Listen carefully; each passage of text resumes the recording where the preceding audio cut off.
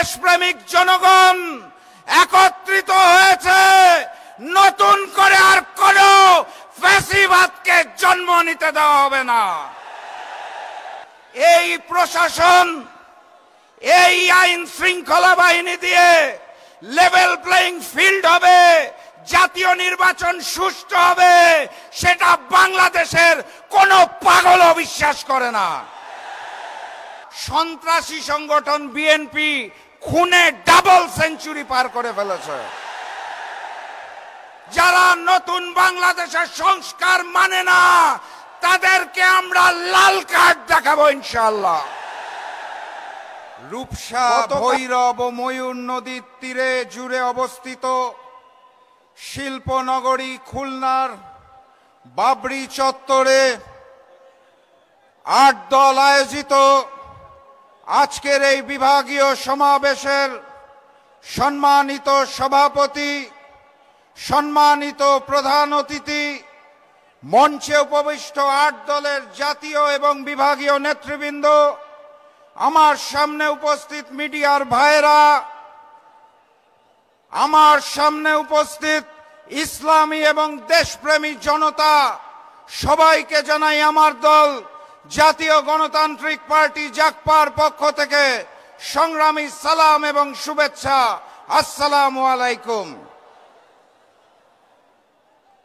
আজকে যখন এইখানে জনসভা চলছে, আমি শুনছিলাম বিগত ২-৪ দিন ধরে কোন দলের কোন নেতা জানি বলছিলেন এই জনসভায় মানুষজনকে আসতে দেওয়া হবে না।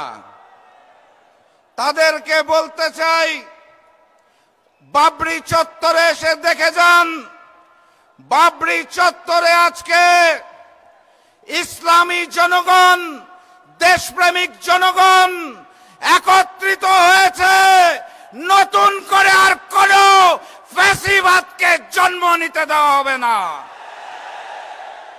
সংগ্রামী সাথী এবং বন্ধুগণ, এই খুলনা মহানগরে গত বছর ২০২৪ সালে ১২টা খুন হয়েছিল। ২০২৫ সালে 11 মাসে ফ্যাসিস্ট হাসিনা মুক্ত বাংলাদেশে তার ৩ গুণ ৩৪টা খুন হয়েছে। হাসিনার আমলে ৩ গুণ। গতকাল আদালত চত্বরে আমরা প্রকাশ্যে ডাবল মার্ডারের খবর পেয়েছি।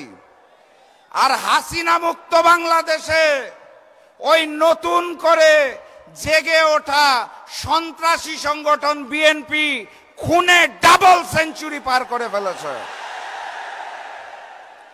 এই প্রশাসন, এই আইন শৃঙ্খলা বাহিনী দিয়ে লেভেল প্লেইং ফিল্ড হবে, জাতীয় নির্বাচন সুষ্ঠু হবে, সেটা বাংলাদেশের কোন পাগলও বিশ্বাস করে না। অতএব স্পষ্ট ভাষায় বলে দিতে চাই, জাতীয় নির্বাচন আমরা সঠিক সময়ে চাই, কিন্তু তার জন্য লেভেল প্লেইং ফিল্ড সৃষ্টি করতে হবে। জাতীয় নির্বাচনের দিনে ওই লোক দেখানো গণভোট আমরা মানি না এবং মেনে নেব না ইনশাআল্লাহ। গণভোটকে জাতীয় নির্বাচনের পূর্বে আয়োজন করতে হবে। গণহত্যাকারী ফ্যাসিস্ট আওয়ামী লীগের কার্যক্রম যেভাবে নিষিদ্ধ করা হয়েছে, একইভাবে ওই গণহত্যাকারী আওয়ামী লীগের বৈধতা দানকারী জাতীয় পার্টি এবং 14 দলের কার্যক্রম নিষিদ্ধ করতে হবে। জুলাই সনদে 84টা বিষয় নিয়ে আলোচনা হয়েছিল।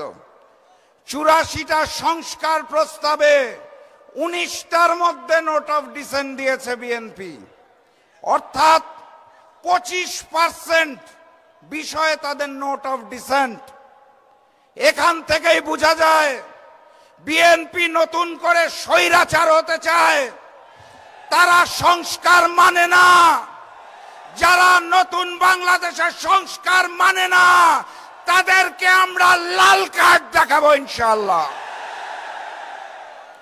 গতকাল স্বাধীন কমিশন পিলখানা গণহত্যার রিপোর্ট দিয়েছে, আপনারা জানেন। সেই রিপোর্টে স্পষ্ট করে বলা আছে পিলখানা গণহত্যার জন্য আওয়ামী লীগ এবং ভারত দায়ী। আমার রিপোর্টটা দেখে ভালো লেগেছে, কারণ পিলখানা গণহত্যার পর সর্বপ্রথম আমার মরহুম পিতা শফিউল আলম প্রধান বলেছিলেন এটা বিডিআর বিদ্রোহ নয়, এটা পরিকল্পিত ঘটনা এবং এর পিছনে ভারত রয়েছে, শেখ হাসিনা রয়েছে। সেটা গতকাল প্রমাণ হয়েছে। আর একটা ছোট্ট ঘটনা বলতে চাই। 2 বছর আগে পিলখানা গণহত্যা দিবস উপলক্ষে আমরা একটি আলোচনা সভার আয়োজন করেছিলাম। তখন আমাদের দল জাগপা 12 দলীয় জোটে ছিল। প্রধান অতিথি হিসেবে এসেছিলেন বিএনপির একজন স্থায়ী কমিটির সদস্য। সেদিন আমি বক্তব্যের মধ্যে ওই হিন্দুস্তানের বিরুদ্ধে কথা বলেছিলাম দেখে বিএনপির ওই স্থায়ী কমিটির সদস্য রাগ করে সমাবেশ থেকে চলে গিয়েছিলেন। তারা বলতে চেয়েছিলেন বাংলাদেশের রাজনীতি করতে হলে, ক্ষমতায় থাকতে হলে হিন্দুস্তানকে নাকি তুষ্ট করতে হয়। 5ই আগস্ট বাংলার জনগণ জানিয়ে দিয়েছে বাংলার মাটিতে হিন্দুস্তানের আধিপত্যবাদ এবং আগ্রাসন চলবে না ইনশাআল্লাহ। প্রভু হিসাবে আমরা হিন্দুস্তানকে মানি না, আমাদের প্রভুর নাম মহান রব্বুল আলামিন আল্লাহ। আল্লাহ ব্যতীত কারো সামনে মাথা নত করতে চাই না। ক্ষমতায় যাওয়ার জন্য ওই পুরাতন আওয়ামী লীগ আর নতুন বিএনপি যদি হিন্দুস্তানের সাথে কারসাজি করতে চায়, তলে তলে গোপন বৈঠক করতে চায়, বাংলাদেশের জনগণ আর নতুন করে স্বৈরাচার চাঁদাবাজকে মেনে নেবে না ইনশাআল্লাহ। আমার প্রাণপ্রিয় উপস্থিতি, ওরা প্রভু মানে হিন্দুস্তানকে, আমরা প্রভু মানি আল্লাহকে। বিজয় কার হবে? আমার সামনে উপস্থিত তৌহিদি জনতা, স্পষ্ট ভাষায় জানিয়ে দিতে চাই, গণভোটে হ্যাঁ বলো, 8 দলের প্রতীকে সিল মারো। গণভোটে হ্যাঁ বলো, 8 দলের প্রতীকে সিল মারো। আগামীর বাংলাদেশ হবে ইসলামের বাংলাদেশ। আগামীর সংসদ হবে কোরআনের সংসদ। ওখানে আল্লাহ ব্যতীত আমরা আর কোন প্রভু মেনে নেব না। ওখানে হিন্দুস্তানের হিন্দুত্ববাদকে মেনে নেব না। ওখানে কসাই নরেন্দ্র মোদীর পরিকল্পনা মেনে নেব না। আওয়ামী লীগ যেভাবে দেশ ছেড়ে হিন্দুস্তান পালিয়েছে, বিএনপিকে বলতে চাই জনতার কাতারে আসুন, না হলে আপনাদেরও পালিয়ে যেতে হবে দেশ ছেড়ে। আমি সর্বশেষ ওই স্লোগানটা দিয়েই শেষ করব, যেই স্লোগানে হিন্দুস্তানের বুক কাঁপে, পুরাতন জালিম আওয়ামী লীগের বুক কাঁপে, নতুন জালিম বিএনপির বুক কাঁপে। স্লোগান ধরুন, নারায়ে তাকবীর, নারায়ে তাকবীর, নারায়ে তাকবীর। আবারও দেখা হবে, আবারও কথা হবে ইনশাআল্লাহ।